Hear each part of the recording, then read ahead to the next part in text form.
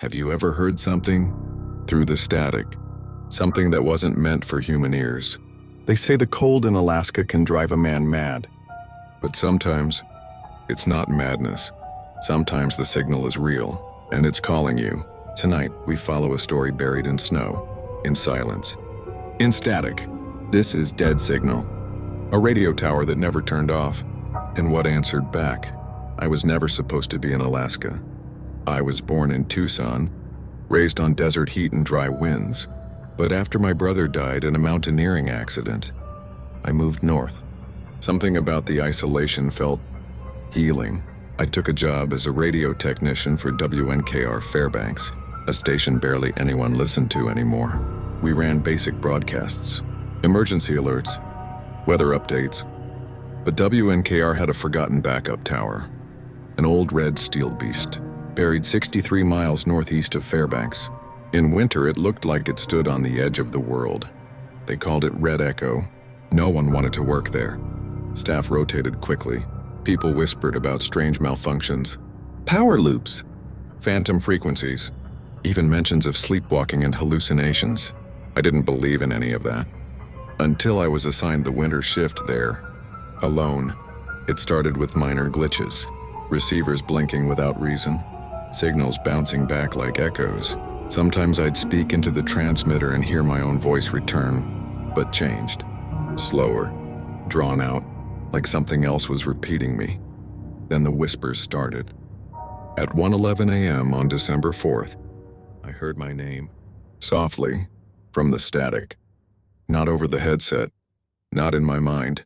From the tower itself. Evan, you shouldn't be here. I froze. I chalked it up to sleep deprivation. But that night, I dreamed of wires under skin, of machines whispering prayers, and of red light blinking in perfect rhythm with my heartbeat. I began investigating old logs. UNKR had operated Red Echo since the late 70s, but there were large gaps in the station's files. Months missing, entire teams listed as reassigned without detail. One note from 1986 caught my eye. Transmitter engaged without manual input. Signal responding to unknown source. They'd tried to hide it, but there it was. Proof. The tower was talking back.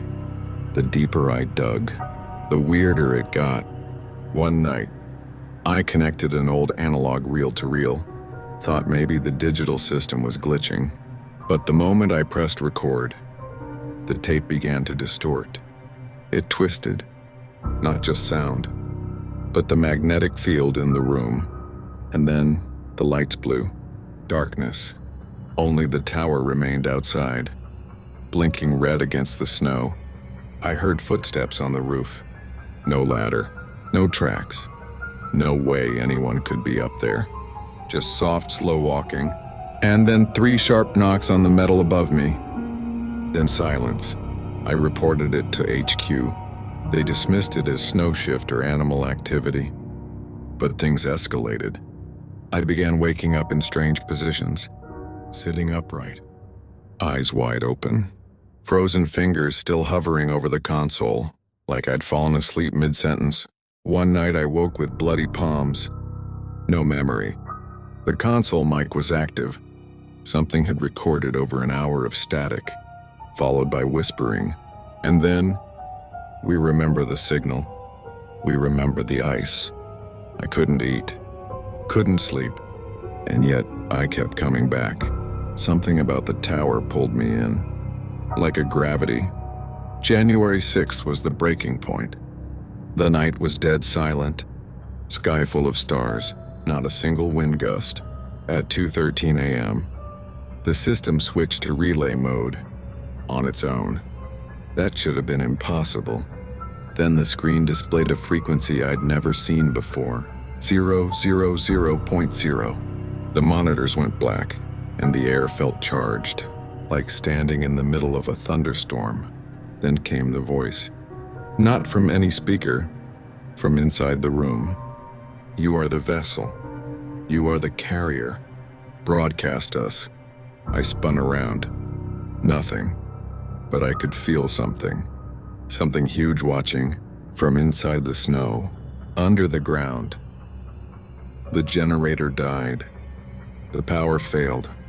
I grabbed my field recorder and ran to the truck. But when I turned the key, it was already running.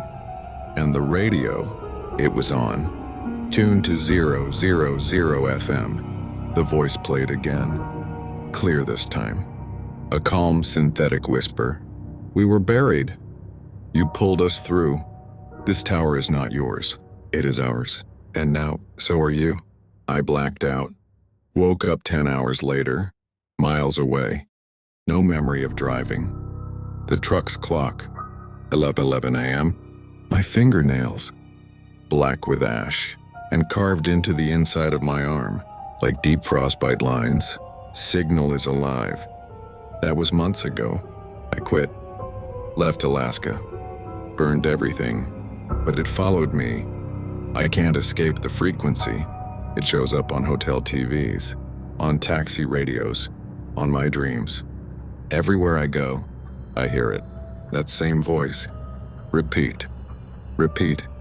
Repeat. Now I don't know what's real anymore.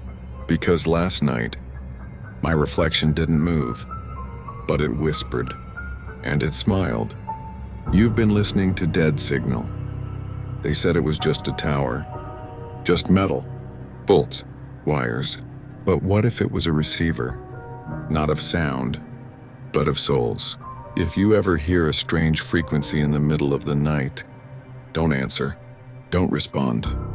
And above all, don't listen too long, because once you do, you broadcast them too.